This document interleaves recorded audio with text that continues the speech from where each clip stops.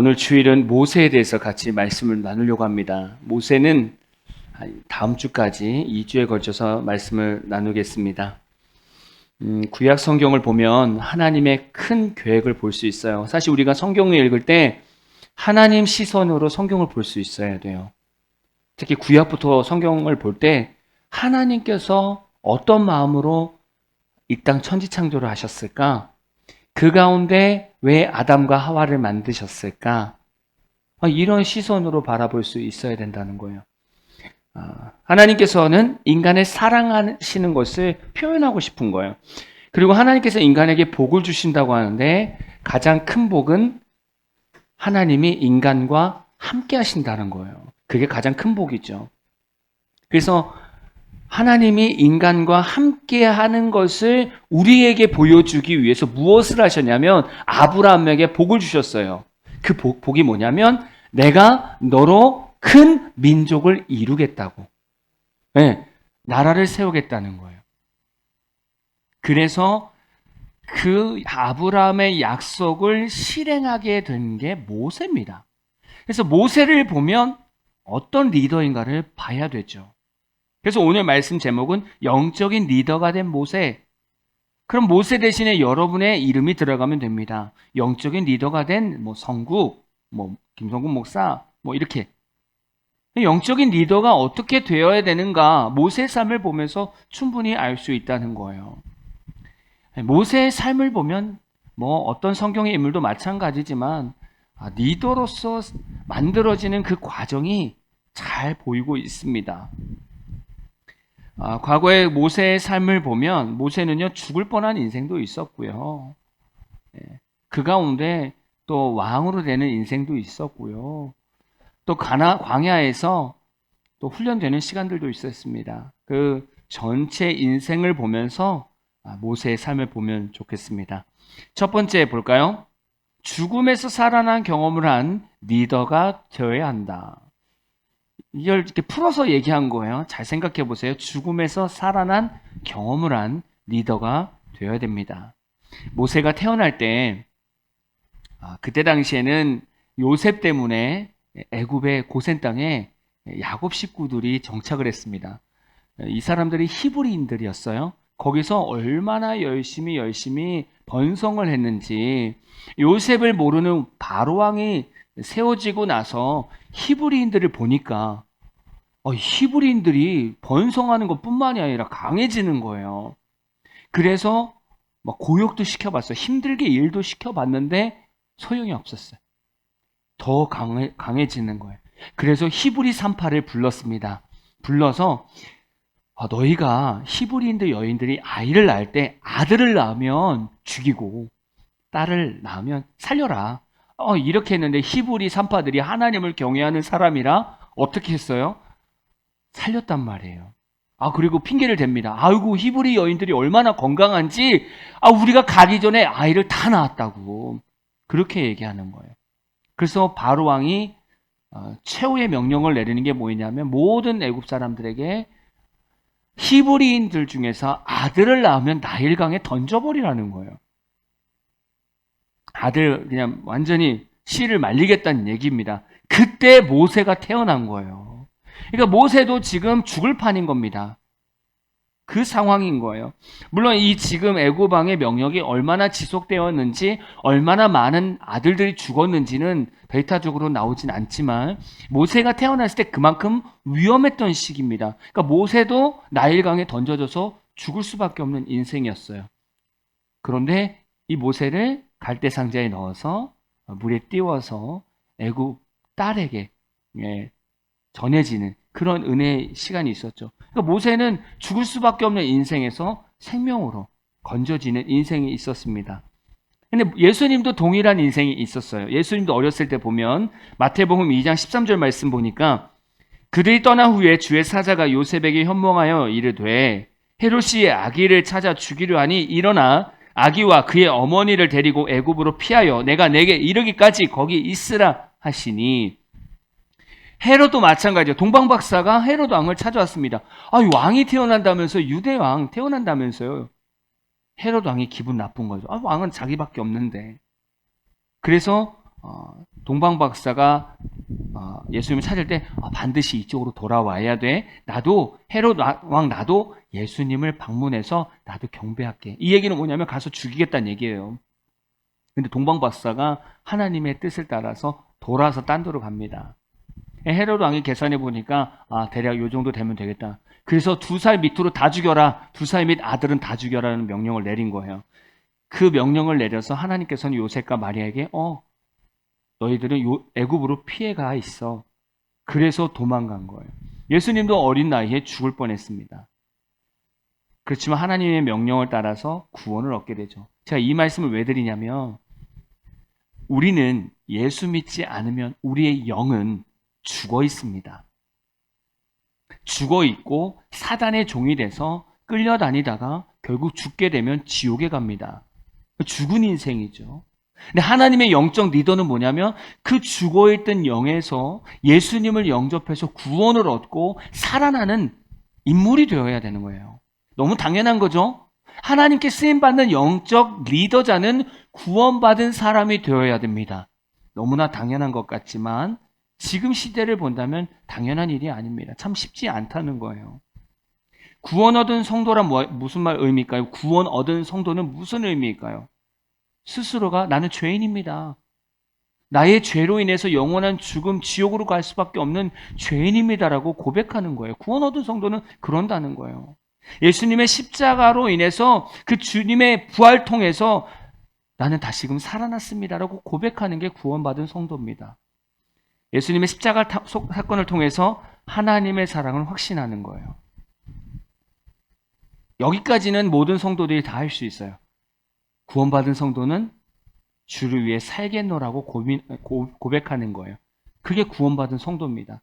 현대인들은 하나님의 사랑까지는 가요. 예수님의 십자가 은혜를 받고 하나님의 사랑, 그래 나를 사랑하는 것 같아. 거기까진 가는데 내가 주를 위해 살겠습니다라는 고백을 못하는 거예요. 근데 구원받은 성도는 주를 위해 살겠노라고 고백하게 되어지거든요. 여기까지 가야 영적 리더자가 되는 겁니다. 구원받은 성도는요, 반드시 삶의 변화가 일어납니다. 구원은 단순히 천국 가는 게 끝이 아니에요.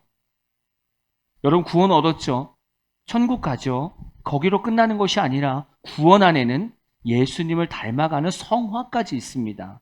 반드시 예수 믿는 성도는 변해야 됩니다. 반드시 변해야 됩니다. 변해서 다른 사람들에게 선한 영향력, 예수 그리스도를 보여주고 하나님을 보여주는 구원의 통로가 되어야 됩니다. 이게 영적 지도자인 거예요. 영적 리더인 거예요. 더더욱 현대 시대에는 이런 성도가 필요합니다. 구원을 얻고 성령으로 변화되는 이런 성도가 필요합니다. 그럼 영적 리더자는 무슨 의미일까요? 영적 리더자가 뭘까요? 영적 리더자란 하나님과 함께하는 신앙을 가지고 내가 서 있는 곳에서 복음을 전하며 선한 모습을, 선한 영향력을 끼치며 다른 사람들에게 구원의 통로 역할을 하는 것이 영적 리더자입니다. 그러면 이 역할을 목회자만 하나요? 이 역할을 교회 중직자만 하나요? 아니요. 내가 죄인이었는데 내가 예수님으로 인해 구원받았다면 그 모든 성도는 다 영적 리더자로 쓰임받아야 됩니다. 예를 들면 불신자 가정에서 만약에 내 식구가 있습니다. 내 식구가 있는데 혼자 예수를 믿어요. 이 사람이 영적 리더자입니다. 이 사람이. 이 한 사람으로 인해서 세 사람을 구원 얻게 해야 합니다. 그러려면 이 한 사람이 영적 리더자로서 그 가정에서 신앙을 이끌어 가야 돼요. 그러면 얼마나 힘들겠습니까? 3대1로 날마다 영적 싸움을 해야 되잖아요. 그냥 단순히 교회 다녀서는 될 문제가 아니라는 거예요. 3대1로 날마다 영적 싸움을 해야 되는데 얼마나 기도해야 되겠습니까? 얼마나 훈련을 받아야 되겠습니까? 그래서 치열한 거예요. 그래서 기독교인 1대라고 얘기하잖아요. 아무도 예수 안 믿었다고 혼자 예수 믿는 사람들이 상당히 힘듭니다. 왜냐하면 영적 싸움을 그만큼 많이 해야 되니까. 이게 영적 리더자라는 거예요. 다시 말하면 모든 성도가 영적 리더자라는 겁니다. 내가 취직을 해서 직장에 갔는데 예수 믿는 사람이 나 혼자야.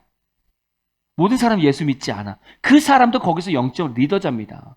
그 사람을 통해서 그 회사에서 하나님의 영광이 나타나야 돼요. 내가 친구를 만나는데 내가 만난 친구들이 다 예수 믿지 않아. 나만 예수 믿어. 내가 그 친구들 안에서 영적 리더자입니다. 그들에게 내 삶을 통해서 예수를 보여줄 수 있어야 되고 하나님을 보여줄 수 있어야 돼요. 그게 영적 리더자거든요. 이 영적 리더자가 되기 위해서 모든 성도들은 하나님의 양육을 받아야 된다는 거예요. 모세가 그런 사람이었다는 거예요. 여러분, 리더의 영향력이 얼마나 중요합니까? 리더가 어떻게 세워지냐에 따라서 그 밑에 따라오는 팔로워들은 그 리더의 영향을 받게 됩니다. 리더가요, 어떤 카리스마를 가지고 영향력을 가지고 가면 그 공동체 사람들도 따라간다는 거예요. 그래서요, 리더가 멘탈이 좋으면 그 따라가는 사람들도 멘탈이 좋습니다. 리더가 멘탈이 이렇게 막 흔들리면 밑에 사람들은 더 불안한 거예요, 사실. 그러니까 리더가 되게 중요하죠. 또 영적 리더가요, 하나님 말씀에 순종을 잘하면 정말 놀라운 건 그 리더를 따라가는 사람들도 똑같이 순종해 간다는 거예요. 그만큼 리더가 중요한 겁니다. 세상의 문화에 타협하는 리더는요, 그 밑에 사람들에게 계속 타협할 수 있고 합리화하게 만들어버려요. 이거 목회자가 될 수도 있어요. 목회자가 세상의 어떤 문화, 뭐 동성애 같은 거, 이런 걸 가지고 두리뭉실하게 피해가고요. 그걸 반대하면 성도들 떠날까봐 내가 타협하고 내가 합리화로 그렇게 목회하면요, 결국 성도들도 똑같이 그런 성도가 된다는 거예요. 그럼 절대로 영적 리더자가 될 수 없다는 거예요. 다시 말하면 모세처럼 쓰임받을 수 없다는 거예요.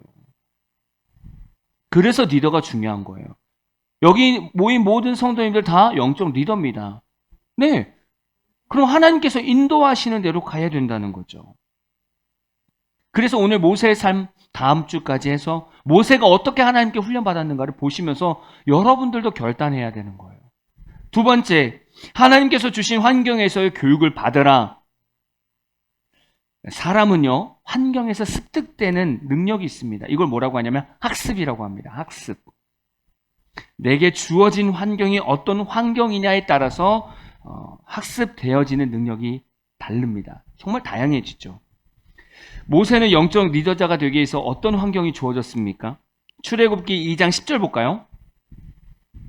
우리 같이 읽어볼까요? 시작. 그 아기가 자라매 바로의 딸에게로 데려가니 그가 그의 아들이 되니라. 그가 그의 이름을 모세라 하여 이르되 이는 내가 그를 물에서 건져내었음이라 하였더라. 아멘. 하나님께서 모세에게 맨 처음에 주셨던 환경이 뭐예요? 눈 떠보니까 애굽 딸 양자로 되어 있는 거예요. 그게 하나님께서 모세에게 준 환경입니다. 사도행전 7장 22절에서 23절은 모세를 이렇게 표현하고 있어요. 모세가 애굽 사람의 모든 지혜를 배워 그의 말과 하는 일들이 능하더라. 나이가 40이 되매 그 형제 이스라엘 자손을 돌볼 생각이 나더니. 모세를 좀 더 표현을 한 거죠. 모세는 히브리인이었습니다. 그러나 하나님의 계획은 애굽 왕이 아들들을 죽일 때 모세는 장차 하나님의 계획이 있기 때문에 그를 살게 하셨어요. 심지어는 애굽 그 왕족 안에 들어가게 만들으셨어요. 거기서 리더 교육을 하게 한 겁니다. 이런 리더 교육이 필요하다는 거예요. 그 당시에 애굽의 교육들을 보면 그 당시는 거의 그 제국으로 가기 위한 성장했던 제국 직전에 갔던 나라가 애굽이었습니다. 사실 초창기 거의 제국이 될 뻔했던 게 애굽이었습니다. 그러니까 문화나 교육이 얼마나 발달했겠습니까? 그때 당시에 왕실의 교육은요, 이 교과서가 있었어요. 그래서 거기서 글쓰기도 있었고 산술도 있었고 천문학도 있었고 의학도 있었고 법률도 있었다는 거예요. 심지어는 왕실의 자녀들은 특별한 교사들을 붙여서 개인적으로 개별 레슨을 했다는 거예요. 개별적으로 가르쳤다는 겁니다.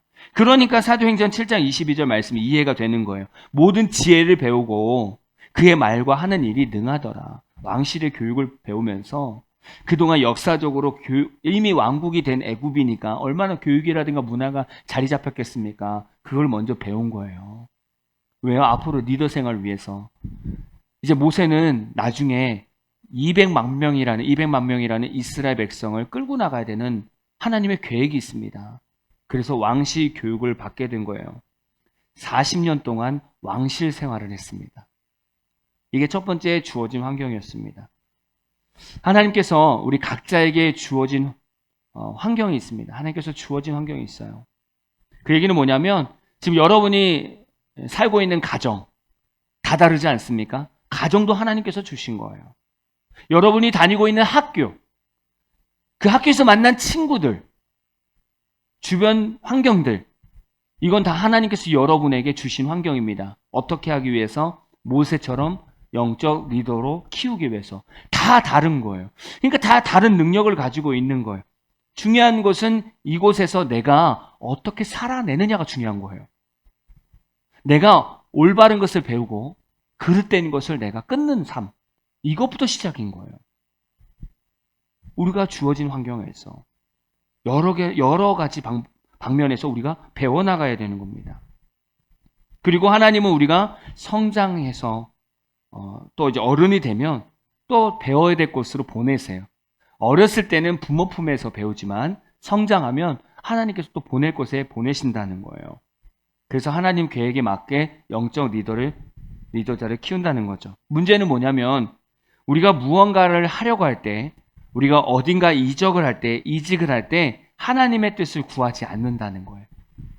어른이 돼서는 하나님의 뜻을 구하지 않고 내가 혹시라도 내 삶에 이렇게 평안함, 안주 이런 삶이 있다면 그냥 거기에 안주한다는 거예요. 좋은 환경이 있으면 거기에 안주한다는 거예요.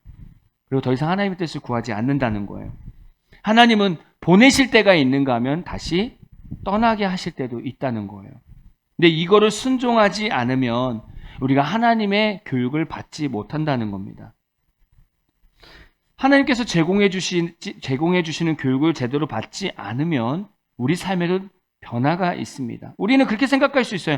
뭐 하나님의 교육이 뭐 중요해. 이 땅에서 열심히 공부하고, 이 땅에서 기본적인 교육 잘 받으면 되고, 이 땅에서 우리가 원하는 뭐 회사 들어가고 성공하면 되지. 근데 우리가 모르는 소리입니다. 단순히 하나님의 교육을 놓쳤다라고 끝날 일이 아니에요. 하나님께서 우리에게 주시는 교육은 세상의 교육과 다릅니다. 하나님께서 우리에게 주시는 환경, 그 환경 안에서의 교육은 그 안에서 스킬, 여러 가지 뭐 사람을 만나는 능력, 여러 가지 스킬도 있겠지만 하나님께서 주신 환경 안에는 성령의 열매인 성품을 다듬는 시간이 그 안에 있어요. 그러니까 우리가 하나님한테 기도해서 하나님께 보내시는 것에 순종해야 되는데 그 순종을 하지 않으면 결국 우리는 하나님의 성품대로 다듬어지지 않는다. 그래서 미성숙한 모습으로 살아가게 된다는 거예요. 그래서 우리가 신앙생활 하면서 30년, 40년에도 우리가 미성숙한 이유는 분명히 하나님은 어느 순간은 계속 가르쳤을 거예요. 너 이 직장 됐어. 괜찮아. 너 때문에 이 직장 잘 세워졌으니까 이제는 너 나한테 기도해. 이제 내가 너 보낼 곳 있거든. 근데 사람들은 그렇게 기도하지 않아요. 하나님, 너무 좋은데요? 지금 너무 편한데요? 지금 연봉 너무 좋은데요? 여기서 살면 너무 좋겠습니다. 초막 셋을 짓고 제가 여기서 살겠습니다. 이렇게 마음 먹고 기도하면서도 하나님의 음성에 귀를 기울이지 않으면 그때부터 어떻게 된다고요? 하나님의 교육을 놓치기 시작한다고요. 그러면서 어떻게 된다고요? 성품이 다듬어지지 않는다고요. 예수를 닮아가는 성품이 다듬어지지 않는다고요. 그래서 미성숙한 성도로 남는 겁니다. 그래서 30년, 40년 된 성도를 봐도 본이 안 되는 이유는 분명히 하나님의 교육을 놓쳐서 그런 거예요. 하나님의 뜻은 우리 모든 사람이 예수님 닮기를 원하는 건데 생각해 보세요. 40년, 50년 믿어서 나이가 60, 70이 되면 예수님을 닮는 모습이 많아야 되는데 하나님이 그냥 내두겠냐고요. 예수님 닮아서 본이 돼야 되는데. 그럼 굳어진 이유는 뭐예요? 하나님이 일을 안 하신 것이 아니라 우리가 하나님의 계획에 따라가지 않은 거예요. 그러니까 하나님 보내신 곳에서 거기에 맞게 훈련하라는 겁니다. 저희 본다면 참 많은 교회들 다니고 많은 지역을 다녔어요. 거기서 얻어지는 교훈들이 있어요. 캐나다에서도 또 거기 나름대로 얻은 은혜도 있고 교훈들도 있고요. 다양합니다. 앞으로 우리 젊은 학생 청년들 같은 경우에는 더 넓은 세상, 더 많은 것을 경험하게 될 거예요. 분명히 하나님께서 보내시는 곳에 반드시 하나님의 교육이 있습니다. 거기서 습득하라는 거예요. 계속 하나님의 계획 안에 영적 리더자가 될 수 있도록. 세 번째입니다. 그리스도인의 정체성 확립입니다. 하나님의 백성으로서의 정체성 확립입니다. 정체성이라는 것은 아이덴티티입니다. 정체성이란 개인이나 집단이 자신을 인식하고 구별하는 데 중요한 개념이라는 거예요. 개념. 내가 누구인가? 내가 있는 공동체는 어떤 공동체인가? 그 개념을 깨닫는 게 정체성이라는 거예요. 자신이 누구인지를 이해하고 인식하는 거 되게 중요한 겁니다. 예를 들면 경찰이 아이덴티티, 정체성이 있다고 한다면 내 말과 행동을 어떻게 해야 될지, 시민들한테 어떻게 해야 될지 안다는 거예요. 이 정체성이 깨지면 어떻게 된다고? 내가 가지고 있는 총으로 선량한 시민을 쏜다는 거예요. 이건 정체성이 없는 거예요. 경찰에 대한 정체성이 없는 거예요. 이건 강도죠. 교사는요. 교사의 정체성은 뭐예요? 내가 학생들을 사랑하고 어떻게 하면 학생들을 잘 가르칠 수 있을까? 올바른 길로 가르칠 수 있을까? 이 생각을 가지고 있는 게 교사의 정체성이잖아요. 근데 이걸 버리고 땡보직이다. 평생 직장이다. 이렇게 마음 먹고 학교를 간다면 너무 힘든 거예요. 이 인생은 너무 힘든 거예요. 정체성이 되게 중요한 겁니다. 부모는요. 부모의 정체성은 뭐예요? 내 자녀를 사랑해주고 어떻게 하면 하나님 보시기에 올바른 길로 우리 자녀들을 인도할 수 있을까 고민하는 게 부모의 정체성입니다. 부모가요, 자녀들을 이렇게 가라 저렇게 가라 뭐 해라 이거는요 부모의 정체성이 없는 겁니다. 하나님께서 부모에게 그런 정체성을 준 것이 아니에요. 신앙의 부모의 정체성은요, 어떻게 하면 하나님 뜻대로 이 자녀를 보낼까? 하나님께서 이 자녀에게 어떤 달란트를 주셨을까? 그것을 계속 발견해 주는 게 진짜 크리스찬 부모의 정체성입니다. 하나님은 영적 리더자들에게 이 정체성을 가르쳐 주고 싶은 거예요. 중요한 말을 나누고 싶어요. 이 정체성을, 올바른 정체성을 가지려면 세계관을 가져야 됩니다. 세계관. 세계관이라는 건 뭐냐면 하나님의 시선으로 세상을 바라보는 눈이에요. 이 세계관이 안 되면, 이 세계관이 잘못되어 있으면 그 세계관 위에 믿음이 쌓여지거든요. 신념이라는 게 쌓여지거든요. 그 믿음과 신념이 쌓여지면 그 위에 정체성이 쌓여집니다. 생각이 쌓여지고요. 그리고 나서 행동이 나옵니다.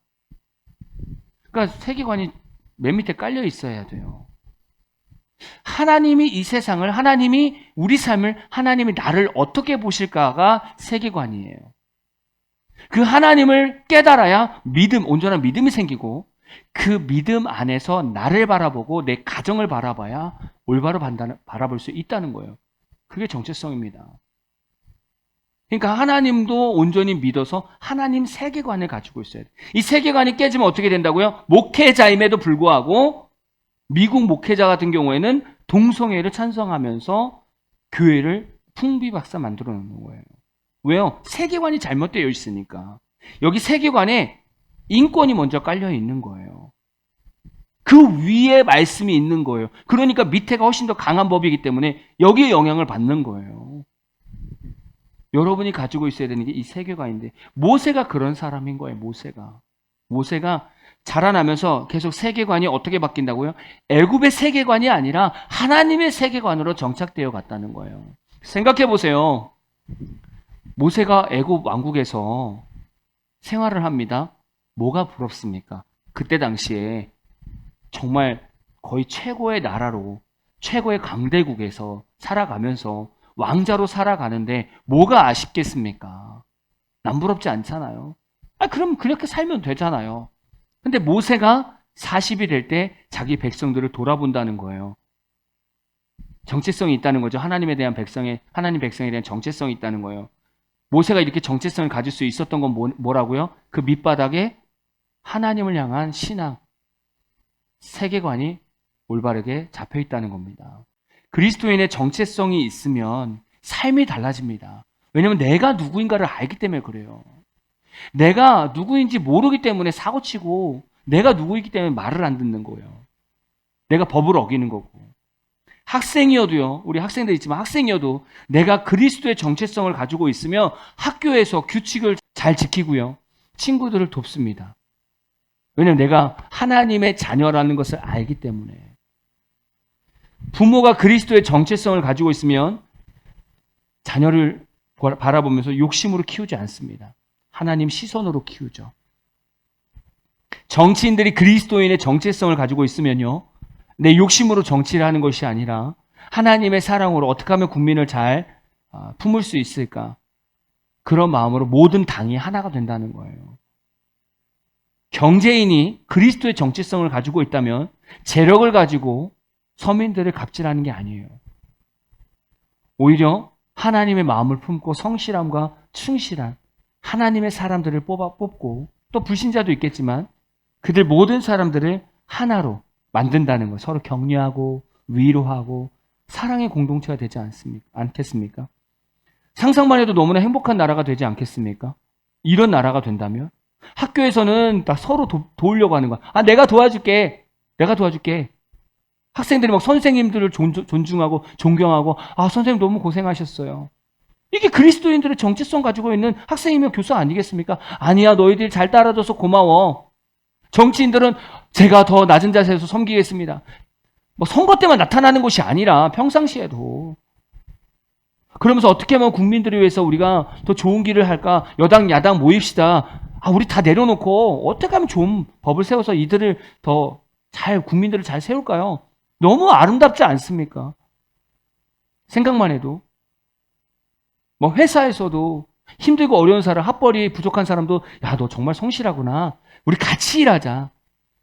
회사 안에서도 고등학교 졸업이어도 고졸이어도 당신 정말 능력이 정말 뛰어나구나. 내가 유학 가서 배운 거 아무것도 소용없구나. 정말 당신 대단하다. 서로 격려하고 칭찬할 수 있는 이런 분위기. 이게 그리스도의 정체성 안에서 벌어질 수 있는 사회 아닙니까? 우리 그리스도인들이 한 사람 한 사람이 변하면 이런 사회 만들 수 있다는 거예요. 근데 왜 안 만들어진다고요? 그리스도인들마저 안 변하니까 안 변하는 거예요. 그리스도인 부모도 세상 부모와 똑같기 때문에 학교가 안 변하는 거예요. 그리스도인들 부모가 안 변하기 때문에 자녀들도 안 변하는 거예요. 왜요? 그리스도의 정체성이 없기 때문에. 지금 모세는요, 하나님을 향한 정체성이 있기 때문에 그 왕실의 삶도 부럽지 않은 거예요. 자신의 백성을 돌아볼 수 있는 마음을 갖게 되는 겁니다. 이 정체성의 훈련이 잘 되어 있던 사람이 모세였습니다. 여러분 정체성은 어떠십니까? 늘 모든 우선순위가 하나님이며 나의 모든 생활 가운데 주인이 예수님이십니까? 내가 무언가를 행동할 때도 주님이 내 삶을 보셨을 때 어떨까? 이 고민을 하십니까? 그러면 당신은 그리스도인의 정체성을 갖고 있는 겁니다. 그러나 아무 생각 없이 행동하고 아무 생각 없이 말을 하고 아무 생각 없이 규칙을 어기고 생활한다면 여러분은 그리스도의 정체성이 없는 사람입니다. 그럼 여러분 영적 훈련을 더 받으셔야 돼요. 이 리더 훈련을 더 받으셔야 돼요. 마지막 네 번째입니다. 영적인 훈련 받기 광야 생활입니다. 그리스도인이라면 반드시 받아야 될 훈련이 있습니다. 바로 영적 훈련입니다. 즉 삶 속에서 하나님의 동행하심을 찾고 경험하는 훈련입니다. 하나님을 인격적으로 만나는 영적 훈련이 있어야 된다는 거예요. 모든 성도들에게. 사도행전 7장 30절에서 32절 말씀 볼까요? 40년이 참에 천사가 시내산 광야 가시나무 떨기 불꽃 가운데서 그에게 보이거늘 모세가 그 광경을 보고 놀랍게 여겨 알아보려고 가까이 가니 주의 소리가 있어 나는 내 조상의 하나님 즉 아브람과 이삭과 야곱의 하나님이라 하신데 모세가 무서워 감히 바라보지 못하더라.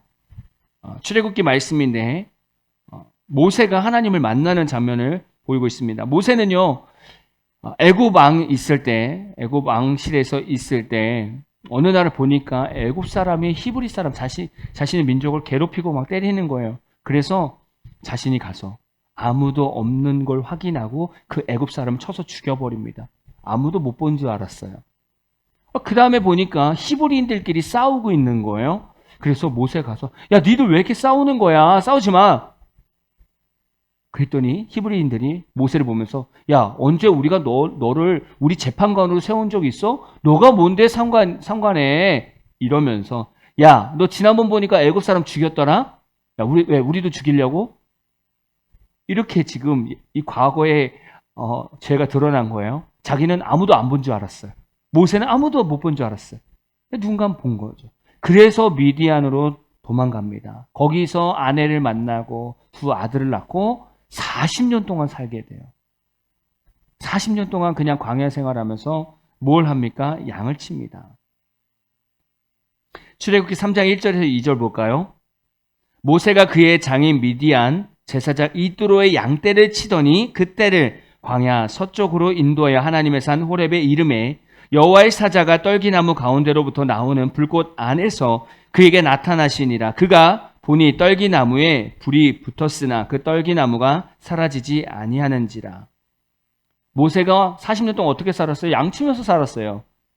모세 인생을 생각해 보세요. 앞선 40년은 애굽 왕실에서 왕족 생활을 하면서 살았습니다. 중간 40년, 40세부터 80세까지는 광야 생활, 양을 치면서 광야에서 양을 치면서 밑바닥 생활을 했어요. 이 시간이 되게 중요하다는 거예요. 크리스찬들 가운데는 이 영적 훈련이 반드시 있어야 된다는 거예요. 이 시간에 무슨 시간이에요? 이 시간은 내가 죽고 하나님 중심으로 살아가는 인생으로 바뀌는 시간이에요. 이 시간은 내가 죽고 예수로 사는 인생입니다. 그래서 갈라디아서 2장 20절 말씀을 보면 여러분 너무 잘 알 거예요. 내가 그리스도와 함께 십자가 못 박혔나니 그런즉 이제는 내가 사는 것이 아니요 오직 내 안에 그리스도께서 사시는 것이라. 내 안에 하나님이 사시는 것이라. 어떻게 이렇게 될까요? 분명히 어떤 역사가 일어나야 되지 않겠습니까? 내가 예수를 믿고 나서 이제 내가 죽고 예수가 주인이 되는 인생이 되어야 된다는 거예요. 근데 생각해 보세요. 내가 하나님을 경험해 봤어야 내 인생의 주인이 바뀌지 않겠습니까? 내가 예수님을 경험해 봐야 내 삶의 주인이 바뀌지 않겠습니까? 그래서 영적 훈련이 필요하다는 거예요. 그래서 그냥은 안 바뀌는 거예요. 그냥은 삶의 주인이 안 바뀌는 거예요. 그래서 교회 다녀도 내가 주인으로 살아가는 거예요. 내가. 다 내가요, 내가. 하나님께서 시키시는 영적 훈련 중에 하나가 뭐냐면 우리의 힘을 빼는 겁니다. 우리의 힘을. 육체적인 힘 빼는 게 아니라 막 힘들어가지고 못 걷는 그런 힘이 아니라 우리의 영적인 힘, 우리의 생각의 힘을 빼는 겁니다. 그게 영적 훈련이에요. 힘을 빼는 것은요, 내 생각과 내 계획과 내 마음을 하나님께 드리는 훈련을 하는 겁니다. 이게 쉬운 건 아닙니다. 내가 어떤 생각이 들 때 하나님 이건 잘못된 생각인가요? 옳은 생각인가요? 계속 물어보는 거예요.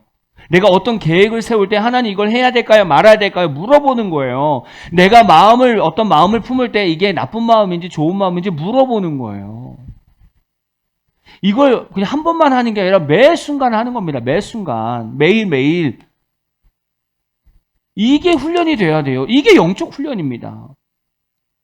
이렇게 힘이 빠져서 하나님과 동행하면서 살면 그 성도는요, 인생에서 좌절과 교만을 겪지 않습니다. 왜냐하면 하나님 제가 이거 할까요 말까요? 해라. 했는데 결과적으로는 뭐 좋은 결과는 없습니다. 자, 그러면 내가 좌절해야 돼요? 말아야 돼요? 좌절할 필요가 없는 거예요. 왜냐하면 내가 하나님께 기도하고 이걸 하라고 했으니까. 하나님께서 하라고 하는 일 중에서 모든 게 다 성공해야 됩니까? 그렇지 않다는 거예요. 하나님께서 시키신 일 중에는 성공하지 않은 케이스도 있다는 거예요. 다시 말하면 좋은 결과가 항상 있지 않다는 거예요. 때로는 내 체력만, 내 열정만 고갈이 될 수도 있습니다. 거기서 내가 좌절할 필요가 있냐 이거죠. 왜냐면 내가 하나님께 기도해서 응답받고 갔기 때문에 그럴 필요가 없어요. 그럼 성공하면, 잘 됐으면 교만해야 돼요? 그럴 필요도 없는 거예요. 하나님께서 하라고 해서 해보니까 좋은 결과가 나타난 거예요. 거기서 내가 한 게 뭐가 있습니까? 내가 그냥 몸으로 뛴 것뿐이지 하나님이 하라고 하셔서 한 것뿐이고 하나님이 그런 결과를 만들어냈기 때문에 잘 된 거잖아요. 그래서 교만할 필요도 없는 거예요. 그래서 생각해 보세요. 인생에서 교만도 없고 좌절도 없다고 생각해 보세요. 가장 아름다운 인생 아닙니까? 살만한 인생 아닙니까? 모세가요, 호렙산에서 하나님을 만났잖아요. 떨기나무에서 하나님을 만났습니다. 그때 신기해서 그 떨기나무한테 가까이 갔단 말이에요. 모세가 가까이 가는데 갑자기 하나님의 음성이 들렸습니다. 모세야, 네가 선 곳은 거룩한 땅이니 내 발에서 신을 벗어라. 이렇게 말씀하셨어요. 신을 벗으라는 말은 고대 근동, 이 모세가 살던 이 시대에서는요, 자신의 기업을 포기할 때 신발을 벗습니다. 아, 나 이거 이 땅 내가 운영 못하겠어. 내가 이 사업을 못하겠어. 포기하는 의미. 내 주권을 다른 사람에게 준다는 의미로 신발을 벗어서 던지는 거예요. 또 히브리인들에게 신발을 벗고 맨발로 걸으라는 것은 아주 수치스럽고 비참한 일이라는 거예요. 왜냐하면 이 당시에 맨발은 노예들만 맨발로 다녔습니다. 신발을 벗으라는 얘기는 넌 노예야. 이 얘기인 거예요. 너는 저 밑바닥에 제일 밑바닥에 있는 존재야. 그래서 신발 벗으라는 거예요. 자신을 낮고 천함을 고백하는 것이 신발 벗는 겁니다. 그렇게 하나님을 만난 게 모세입니다. 이게 영적 훈련 아니겠습니까? 가장 영적 훈련은, 가장 중요한 영적 훈련은 내 자신을 내려놓고 내 힘을 빼고 하나님께서 일하실 수 있도록 내 자신을 늘 내어드리는 이 상태가 영적 훈련이 가장 잘 된 상태입니다. 여기까지 가기까지 많은 어려운 시간들이 있을 겁니다. 그래서 영적 훈련이 잘 된 성도는 내가 드러나는 것이 아니라 예수만 드러나게 되고 하나님만 드러나는 삶이 됩니다.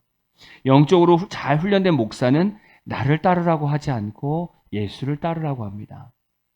영적인 훈련이 잘 된 교회는 친한 사람들끼리 끼리끼리 모여 있으라고 하지 않고 소외되고 혼자 예배드리는 성도들을 품고 그들을 사랑의 공동체로 하나가 만들어지게 만드는 겁니다. 그게 영적으로 훈련이 잘 된 교회입니다. 지금 여러분은 영적 리더자로 성장하고 있습니까? 모세처럼 성장하고 있습니까? 분명 여러분의 인생에 있어서는 하나님이 여러분을 바꿔갈 거예요. 그래서 구원을 얻는 성도가 되게 만드시고 주어진 환경에서 뭔가를 배우게 만드실 거고요. 그리스도인의 정체성을 갖게 하실 거고 그 다음에 그 안에서 영적인 훈련, 광야 생활을 시키실 겁니다. 아마 이 중에는 이 네 가지 중에 하나를 하나님께서 훈련을 하실 수도 있습니다. 저는 한 주간 여러분 살아가면서 내게 필요한 훈련이 무엇이고 내게 주어진 훈련이 무엇인가 한번 여러분 인생을 한번 봐보십시오. 그리고 거기에 맞게 살아가는 저와 여러분 되기를 진심으로 축복합니다.